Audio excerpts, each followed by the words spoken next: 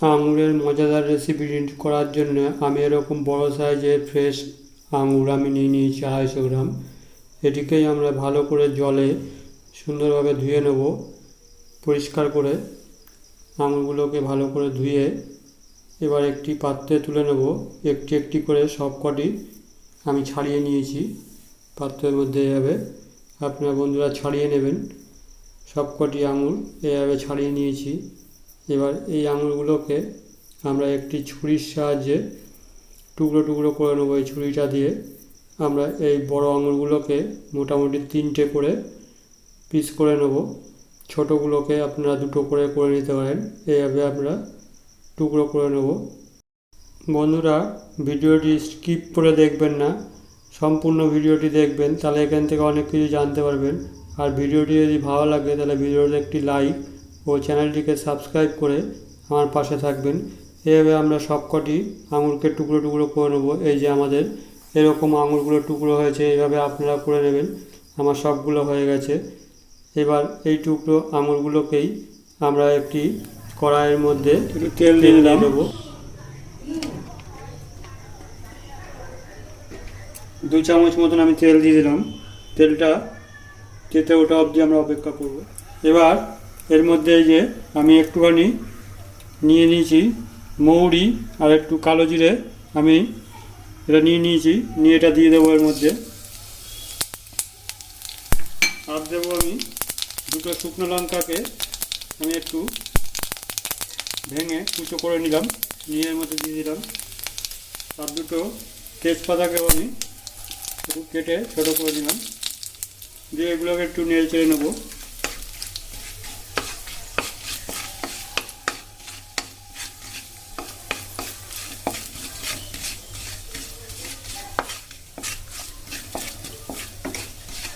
আমাদের মশলাটা ভাজা মোটামুটি হয়ে গেছে। এবার এর মধ্যে আমরা এই যে আঙুরটা যেটা কুচো করেছিলাম, এই আঙুরের কুচোগুলো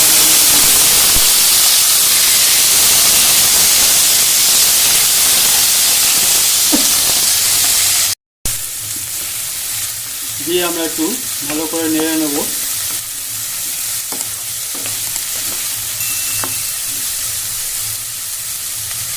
মোটামুটি দেখবেন ভাইয়ের চামচা যখন ছেড়ে ছেড়ে দেবে এরকম অবধি আমরা ভেজে নেব এইভাবে। বন্ধুরা, এইভাবে আপনারা একটা নতুন স্বাদের রেসিপি এইভাবে তৈরি করে নিতে পারবেন।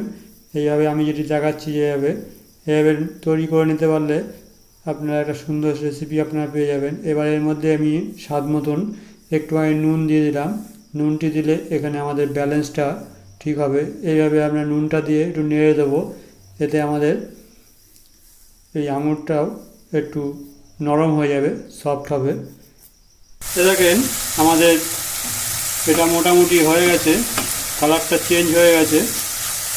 এবার আমরা এর মধ্যে এখানে 1 চামচি আমি আখের গুড় এখানে আমি দিয়ে দিলাম। 1 চামচি আখের গুড়টা আমি দিয়ে দিলাম। এই চামচে 3 চামচ চিনি আমি দিয়ে দেবো। আপনার মিষ্টিটা বুঝে দেবেন। দিয়ে আমরা একটু নেড়েছে এটাকে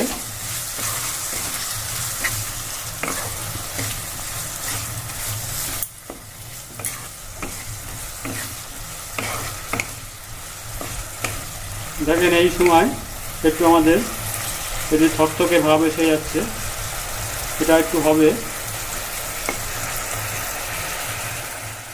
বন্ধুরা, এ দেখেন আমাদের এই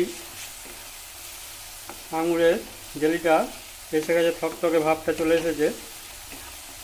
এ দেখেন এবার এটাকে আমরা নামিয়ে নেব। হয়ে গেছে। বন্ধুরা, এখানে আমি আরও 2 চামচি চিনি আমি এখানে অ্যাড করেছিলাম। পরে ওর 5 চামচি চিনি আমি এখানে দিয়েছি, অ্যাড করেছি। বন্ধুরা, আপনারা চিনিটা দেখে নেবেন মিষ্টিটা জেলিটা হওয়ার জন্যে।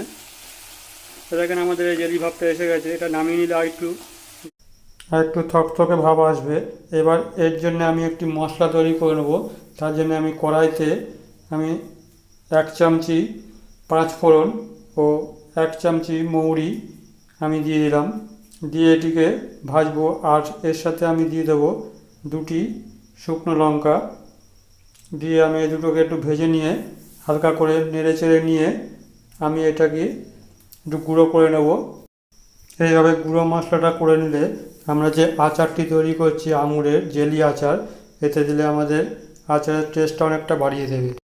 এই দেখুন আমার যে আঙুরের জেলিটা আমার তৈরি হয়ে গেছে, পুরো একদম পারফেক্ট। এভাবে বন্ধুরা আপনারা করে নেবেন। এবার এটিকে যদি আপনারা স্টোর করতে চান, মোটামুটি 7 দিন 8 দিন রেখে যদি খেতে চান, তাহলে তার জন্য এখানে আপনারা একটুখানি ভিনিগার, এই যে আমি একটুখানি মুটকিতে একটু ভিনিগার আমি এর মধ্যে দিয়ে দেবো, তাহলে সংরক্ষণ করতে পারবেন। আর ভিনিগার যদি আপনাদের বাড়িতে না থাকে, তাহলে লেবুর রসটা চিপেও এইভাবে দিতে পারবেন, দিয়ে এটা মিশিয়ে নেবেন। আর আমি এখানে যে একটা ভাজা মশলা তৈরি করেছি, এই ভাজা মশলাটা আমরা ওপর দিয়ে এভাবে ছিটিয়ে দেবো, তাহলে আমাদের এই আচারটার টেস্টটা অনেক গুণ বাড়িয়ে দেবে। এভাবে বন্ধুরা আপনারা যদি একবার করে নিতে পারেন, তাহলে কিন্তু এটা খুব একটা সুস্বাদু একটা রেসিপি আপনাদের তৈরি হয়ে যাবে। আমি এই মশলাটা পুরোটা দিয়ে দিলাম। বন্ধুরা, রেসিপিটি কেমন হলো আমাকে কমেন্টে জানাবেন যে এই নতুন একটি রেসিপি আপনাদের সাথে শেয়ার করলাম। যদি ভালো লাগে তাহলে রেসিপিটি আপনাদের বন্ধুবান্ধবদের মধ্যে শেয়ার করে দেবেন, তাহলে এই আঙুরের রেসিপিটি করে খেতে পারবে, বানাতে পারবে। এবং বন্ধুরা, যদি চ্যানেলটিকে এখনও সাবস্ক্রাইব না করে থাকেন, তাহলে চ্যানেলটিকে সাবস্ক্রাইব করে আমার পাশে থাকবেন এরকম নিত্য নতুন ভিডিও পাওয়ার জন্য। এবং যেসব বন্ধুরা আমার চ্যানেলটিকে সাবস্ক্রাইব করেছেন, নিজের পরিবারের একজন করে নিয়েছেন, তাদের অসংখ্য অসংখ্য ধন্যবাদ। তাহলে বন্ধুরা, আজকে এই অবধি, আবার পরের ভিডিও দেখা হবে। নমস্কার।